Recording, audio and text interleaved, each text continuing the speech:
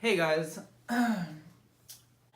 welcome back to Teen Nation. I know I've been gone for a little while, but been really busy. I saw Avengers Infinity War last night. This is going to be a non-spoiler review, so don't worry about any spoilers. I'm not going to say anything. I'm going to make a separate video and actually talk about some stuff in the film. Make my coffee. Yeah. I'm so tired. I'm so tired, guys. Like, I'm physically tired. I saw the movie last night, and then I got home around 12, and then I was emotionally, like, exhausted, and so it's like 7 in the morning right now, and I'm gonna watch it again in a few hours, just so I can kind of have another... It's a lot... Okay.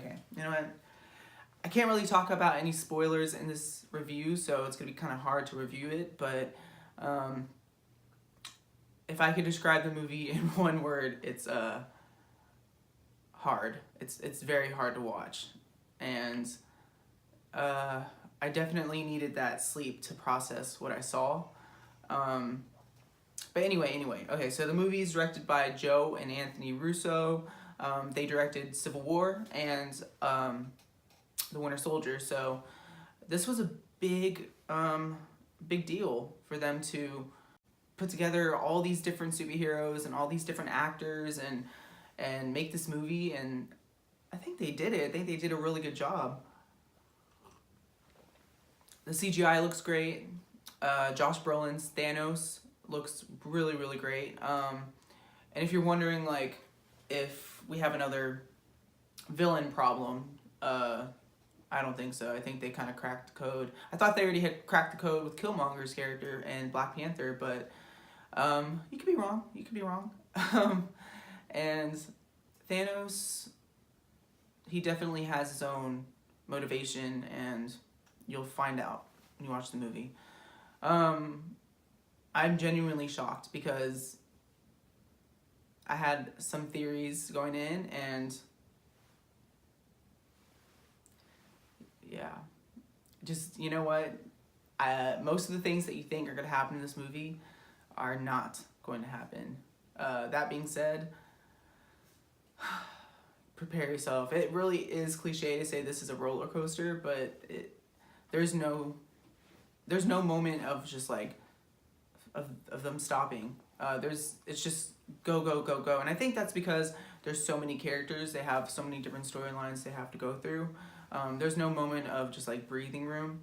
And this is something that they've been building up to for 10 years now. So, you know, if you wanted to spend time with a single character, you have 18 films to choose from. This wasn't about character development or, you know, spending a whole lot of time with these characters and them interacting with each other. It was just, how do we get this person to this location? How do I maneuver all these different characters to where it feels organic? And I think they really did a good job. To be honest, guys, I'm still like really emotionally like drained, so, and I can't really tell you why. The movie is like 2 hours and 40 minutes, I think, or 2 hours and 30 minutes. It's over 2 hours long, almost 3 hours, and to be honest, I could have sat through another 2.5 hours. The movie goes by so fast, and I think that's because the fast pace throughout the whole movie, it just never stops, and by the time the ending comes, you're just like, I want more. It could be a good thing and a bad thing, you know, but for the most part, that 2 hours and 40 minutes went by like that, just really fast. If you're worried about character deaths, people die in this movie, and just prepare yourself for that. I mean, I figured that most people would know that characters are going to die in this movie. So that happens. I can't talk about anything, so this is just like me just being an asshole right now. I do plan on making a separate video also on how I rank this movie compared to the other Marvel movies. And again, I'm seeing it in a couple hours because I need to watch it again. I need to process it more. Because, to be honest, if someone were to ask me where it falls or lands, on the Marvel movie spectrum, I couldn't tell them. It's just, you know, it really separates itself and stands apart from all the other films, because the other films to me feel like, you know, a singular story, and this isn't a singular story. There's a conglomerate of stories combined, and I don't know how to fit it into the other movies. It's just a lot to process. It's a lot to process. So, bring the tissues. There's a lot of action scenes. I didn't think there was gonna be a lot of action scenes, but there was a lot of action scenes. The comedy was pretty good. You know, standard Marvel comedy. Some of it lands, some of it doesn't. As far as the characters, I think that the Russo brothers kind of balanced the different tones pretty well. So when you were with the Guardians, you felt like you were watching a Guardians movie. You know, when you were with, you know, the characters from Wakanda, very much felt like what Ryan Coogler did with those characters. I mean, the characterizations didn't shift because it had a different director helming them. I think they did a good job channeling who these characters are, the tones of them, and that was a good thing, because, you know, they already have an identity. They have this identity in your mind, and when you watch the film, that identity isn't going to be erased because a different director wants to change them tonally. So he did a good job balancing all the different tones of the characters, and it felt cohesive, you know, through the mainstream story. There was only a couple of things I didn't like, but I'll go into that in the spoiler review. I saw some things comparing this movie to The Last Jedi, and I think that that's insulting, because I think The Last Jedi did nothing for its characters and really didn't have a story that pushed these characters in a direction. It kind of just threw them anywhere and everywhere, and they didn't know what they were doing. And, you know, a lot of people wanted certain things from The Last Jedi that didn't happen, and I think that's why they're comparing this movie to that movie. And I think that there's a huge difference, that we've had 18 movies to build up to this point, and what happens to these characters, we kind of already knew that things, that we couldn't go into this movie being attached to what we wanted for these characters, that they were going to do very, very different things with each and every character, and it worked. It worked for me. The things that I didn't want, I didn't think about going into this movie for certain characters, they did, and it felt like a natural, everything felt natural. Like, whenever characters perished, or, you know, when things happened, bad things happened, it just felt like natural to the story. And I think that that's something that you can't say for The Last Jedi. It's not a natural movie. It feels like someone who doesn't know the characters or the actual story came in and just, to his own fetish.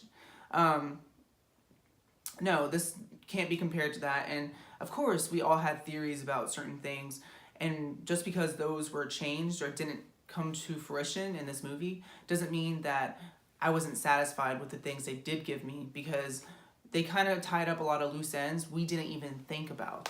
And when you watch the movie, you'll see it's just, there's a lot of stuff that they had to juggle with, and comparing this to Star Wars movies, insulting, considering the amount of people and talent involved and how well written it was, and how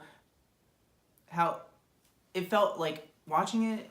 It felt so effortless, and I was thinking, like, man, how did they do this compared to like movies like Age of Ultron? I'm like, man, Joss Whedon, he only had like 3 or 4 things that he had to put in that movie, and it stressed him out to where he had to freaking quit. And I'm thinking, like, how did the Russo brothers do this when they're handling over 60 plus characters that they have to focus on and give a story to? And so yeah, I don't believe the comparisons. This movie lives up to maybe not what you wanted or your theories, but it does give you satisfaction. It's very satisfying, and I mean that in the emotional way. Like, I'm emotionally satisfied. I'm like, man, I feel like I need to take therapy for a couple years, but I mean, was it worth it? Yeah, it was. Like, and that's the great thing about Marvel. They create things that make you want more, and when they fail, they prove to you that they can do better the next time around. And so I don't think that this was a I don't think this was a fail. I think this was their magnum opus, man. This actually felt kind of like a Lord of the Rings movie. I'm not gonna lie. This felt like Kevin Feige was like, I did it. I did it. I made a Lord of the Rings movie. I finally did it. So that's kind of how I would compare it, because in Lord of the Rings, you have all these different characters on like side quests, and it kind of jumps around between like Frodo and it bounces around between the Fellowship and Frodo and all that. So it kind of has that aspect. And this movie is really heavy in fantasy. Like, this was the first time I didn't feel like I was in like a Avengers movie. It spends a lot of time in space, and there's a lot of like fantasy involved too. So overall, wow, this was a pointless review because I can't tell you anything. But watch my spoiler review when it comes out, and we can talk about all the craziness in this movie. I'm gonna watch the movie again, and I'll have some better things to think about and talk about with you guys, because I don't think that sleep was enough. It's hard to watch, man. Hard to process. Thanks for watching. Teen out.